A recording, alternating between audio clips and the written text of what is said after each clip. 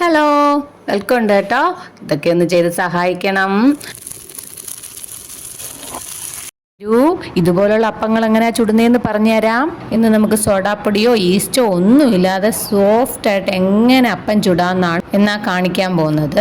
അതിന് നമ്മൾ 4 മണിക്കൂർ കുതിർത്ത് വെച്ച അരിയായത്. പച്ചരി കുതിർക്കുമ്പോൾ ഒരു 2-3 സ്പൂൺ മാത്രം ഉഴുന്നും കൂടി ഇട്ടിട്ടുണ്ട്. ഇത് രാത്രി 10 മണിക്കാണ് ഞാൻ അരയ്ക്കുന്നത്. പക്ഷേ രാവിലെ ചുടുന്നതിന് ഒരു പ്രശ്നവും.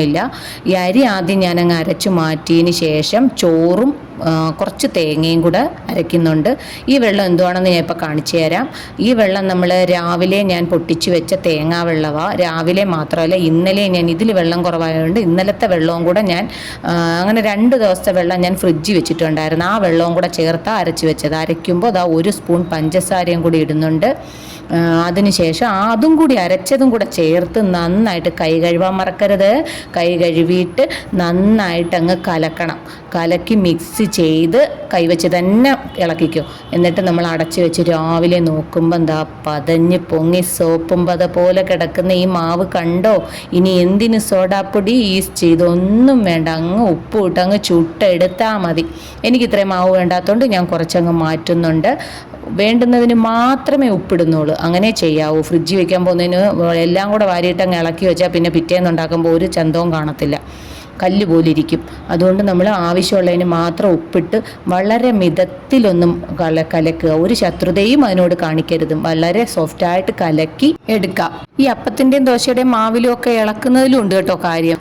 കോണമായിട്ട് ഇളക്കിയ എന്താണെന്ന് വെച്ചാൽ അതിൽ പതഞ്ഞ് പൊങ്ങിയതെല്ലാം അതങ്ങ് പോവും. പിന്നെ നമ്മൾ ചുടുന്ന അപ്പമായാലും ദോശയായാലും അതങ്ങ് കല്ല് പോലെ അങ്ങ് ആവും. ഒഴിക്കാൻ നേരത്തും നമ്മൾ വെറുതെ അങ്ങ് കോരി ഒഴിച്ചാൽ മതി, ഇളക്കി കളയരുത്. അങ്ങനെ ഞാൻ അപ്പങ്ങൾ ഇങ്ങനെ അങ്ങ് ചുട്ടെടുക്കുക. ഇത് ഞാൻ കുറേ കാലമായിട്ട് ഇപ്പം ഇങ്ങനെ ആട്ടോ ഉപയോഗിക്കുന്നത്. സോഡാപ്പൊടി ഒന്നും ഉപയോഗിക്കുന്നില്ല.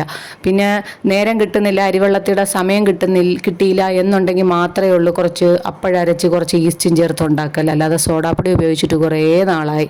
ഇതിപ്പോൾ നല്ല കണ്ടോ, ഞാൻ നിങ്ങളെ പളപളപളാ കുളുങ്ങുന്ന അപ്പമാണെന്ന് കാണിക്കുക. അതൊക്കെ നല്ല കുറേ എണ്ണം ചുട്ടെടുത്ത് ഇനി നമുക്ക് ചൂട് ചിക്കൻ കറിയുടെ കൂടെ നല്ല ഒരു പിടി അങ്ങ് പിടിക്കാം. അപ്പോഴേ ഞാൻ പറഞ്ഞത് നിങ്ങൾക്ക് മനസ്സിലായെന്ന് വിചാരിക്കും. നമ്മൾ സോഡാപ്പൊടിക്ക് പകരം ഉപയോഗിക്കുന്നതാണ് ആ തേങ്ങവെള്ളവും പഞ്ചസാരയും. തേങ്ങവെള്ളം എടുക്കുമ്പോൾ നമുക്ക് 2 രീതിയിൽ എടുക്കാം. അന്ന് രാവിലെ പൊട്ടിച്ച തേങ്ങവെള്ളമാണെങ്കിൽ അതുപോലെ എടുത്ത് പുറത്ത് വെച്ചിരുന്ന് വൈകുന്നേരം ആട്ട എടുക്കാം. അതല്ലെങ്കിൽ 2 ദിവസമൊക്കെ ശേഖരിക്കാനാണെങ്കിൽ അത് ഫ്രിഡ്ജിൽ സൂക്ഷിക്കണം.